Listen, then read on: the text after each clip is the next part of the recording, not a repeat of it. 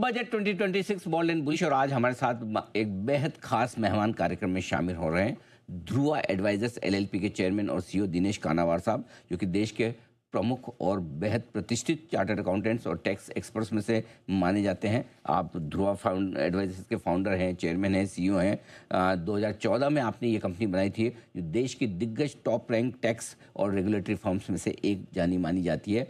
कानावार sir को 40 साल से ज़्यादा का लंबा गहरा अनुभव है टैक्सेशन का, रेगुलेशंस का, और बिजनेस एडवाइजरी में भी उनकी बड़ी महारत है। और देश के बेस्ट टैक्स एडवाइजर्स और प्रोफेशनल्स में कानावार साहब की गिनती की जाती है।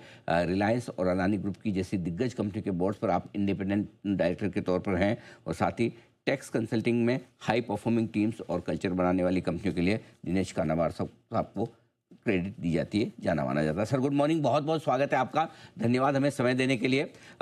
सबसे पहले, क्योंकि आप वैसे तो बिजनेस कंसल्टेंसी और टैक्सेशन दोनों में बड़ी महारत हासिल रखते हैं, पहले मैं एक बार शुरुआत टैक्सेशन से करना चाहता हूं। क्या कुछ बड़े बदलावों की उम्मीद की जाए इस बार बजट में टैक्सेशन को लेकर, या ज़्यादा कुछ नहीं होगा? क्या किस तरह की एक्सपेक्टेशन है सर आपकी, समझाएं। अनिल जी, इसको अगर हम दो तरह से देखें तो 1 अप्रैल 26 से एक नया इनकम टैक्स कानून आ रहा है। यानी ये कानून बनाया गया 6 महीने पहले, उसका नोटिफिकेशन डेट है 1 अप्रैल 26, और वो कानून अभी तक बना भी नहीं है। और उसमें अगर हम उम्मीद करें कि काफी कुछ बदलाव आए तो ये शायद अवास्तविक है। लेकिन अगर हम देखे जाए कि इस वक्त जियोपॉलिटिकल फैक्टर्स क्या है, इकोनॉमिक फैक्टर्स क्या है, तो दो तीन चीज एकदम उभर के आती है।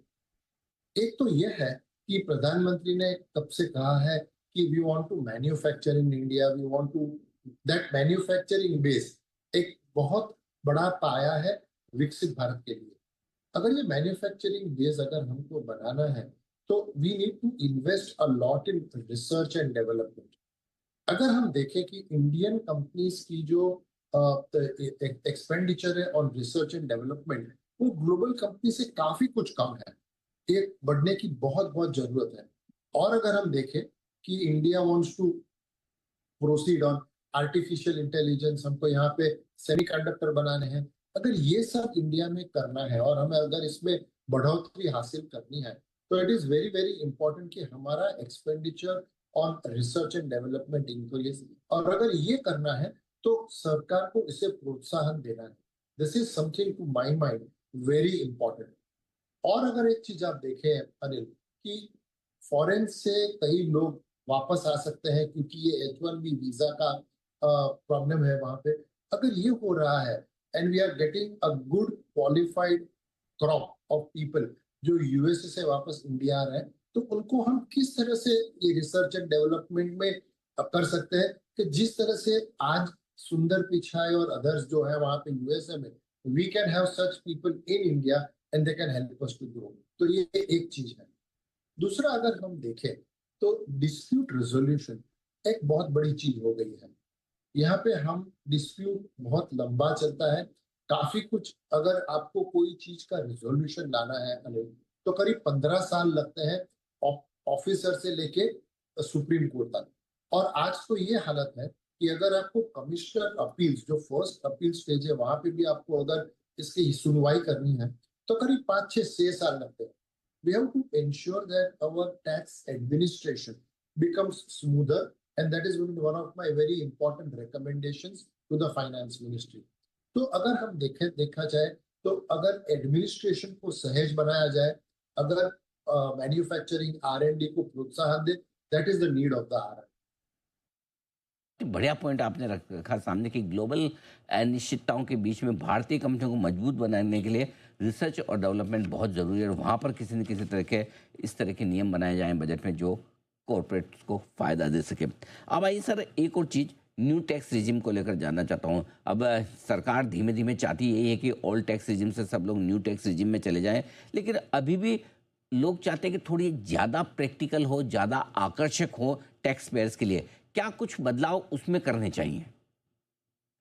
नहीं, ऑलरेडी जो अनिल जी, जो लास्ट बजट में बदलाव किए गए हैं, that itself is very good. I think अब जो कोई भी रह गया है ओल्ड टैक्स रिजीम में, दैट्स अ वेरी स्मॉल मात्रा, और धीरे धीरे everybody will move towards the new tax regime, and with the new income tax act ये अनिवार्य हो जाएगा कि हर कोई न्यू टैक्स regime में चला जाए। जो मैं ये बता रहा हूँ अनिल जी कि we don't need changes in law, we don't need more, we need better administration, we need to ensure कि हम लोगों को certainty दे पाए। यहाँ पे हर चीज में रोज नए नए अगर चेंजेस आते रहते हैं तो इन्वेस्टरों को ये पता नहीं चलता कि यहाँ का कानून है क्या। वेदर फॉर एग्जांपल ये आजकल सुप्रीम कोर्ट का टाइगर ग्लोबल का डिसीजन आया हुआ है, शायद आपको पता होगा। ये डिसीजन सही है गलत है ये मैं नहीं बोल रहा हूँ, लेकिन ये डिसीजन से ये हुआ है कि अगर जो फॉरेन इन्वेस्टमेंट इंडिया में आया हुआ है इसको ट्रीटी की बेनिफिट मिलेगी या नहीं। 5 साल पहले सुप्रीम कोर्ट ने वोडाफोन केस में कहा मिलेगी, उसके 5 साल पहले आजादी बचाओ आंदोलन में सुप्रीम कोर्ट ने कहा मिलेगी। अब सुप्रीम कोर्ट कहती है कि नहीं आपको ये प्रूव करना होगा वो प्रूव करना होगा। तो ये जो हमारा जो बदलाव आ रहा है कानून में हर वक्त इंटरप्रिटेशन में, इससे इन्वेस्टमेंटर्स को सर्टेनिटी नहीं मिलती है, और जब तक इन्वेस्टर्स को सर्टेनिटी नहीं मिलेगी थिंग्स विल नॉट प्रोग्रेस। ये बात आपने बिल्कुल सही कही कि एक बार एक सर्टेनिटी होना बहुत ज़रूरी है, तभी जाकर ये होगा। एक और इंटरेस्टिंग चीज़ आई है सर, उस पर आपसे राय लेना चाहता हूँ कि बातें की जा रही कि मैरिड कपल के लिए, पति और पत्नी के लिए, दोनों के लिए एक साथ joint income tax return file करने का प्रोविजन किया जा सकता है। इस तरह की बातें आई हैं, आपका क्या व्यू है सर इस पर? अनिल जी, अगर मैं if I say in a little bit of a humor, हर साल बजट के पहले जो डिस्कस होता है और जो बजट में एक्चुअली आता है वो दोनों के बीच में आप देखा जाए तो any coincidence is purely unintentional and unintended. तो ये काफी कुछ चलते रहती है बातें। यूएसए में there is a concept of a family based return, in India we don't have it. And while this has been a matter of discussion, I don't think कि ये प्रायोरिटी है। जो हमारी प्रायोरिटीज है वो कुछ और है और हमें उस तरफ जाना है, rather than to say whether we need a cumulative husband wife to be a joint return। बिल्कुल ठीक बात है, ज़्यादा बेहतर इस वक्त काम है जो देश के लिए करने हैं। अब बताएं सर कि जिस तरह के आप तो बिजनेस एडवाइजरी में भी काफ़ी अग्रणी हैं, ग्लोबल माहौल की आपने बात भी की, क्या कुछ और नए बूस्ट ऐसे बजट में आए जिससे कि कॉर्पोरेट इंडिया मजबूत हो सके, और साथ ही साथ जो कुछ ग्लोबल माहौल में हमें कॉम्पीट करना है, स्पेशली हमारी कमज़ोर करेंसी है, एक्सपोर्ट्स को लेकर चिंता है, उसके लिए क्या एक दो चीज़ें ऐसी है जो वित्त मंत्री कर सकती हैं बजट में? दो चीजें हैं। एक तो अनिल जी ये इश्यू है कि in the last 1 year we have moved towards signing different FTAs। हमने न्यूजीलैंड के साइन FTA किया, यूके के साथ किया, और अब ये लग रहा है कि 26 जनवरी को EU के साथ हम FTA सही करेंगे। अगर ये होगा तो I believe it will be something very big, very very important. It is as somebody said mother of all deals, and so first thing is कि we need to create alternatives to USA। हम USA के साथ इतने देर से negotiate कर रहे हैं but we are unable to close out on the deal for whatever reason.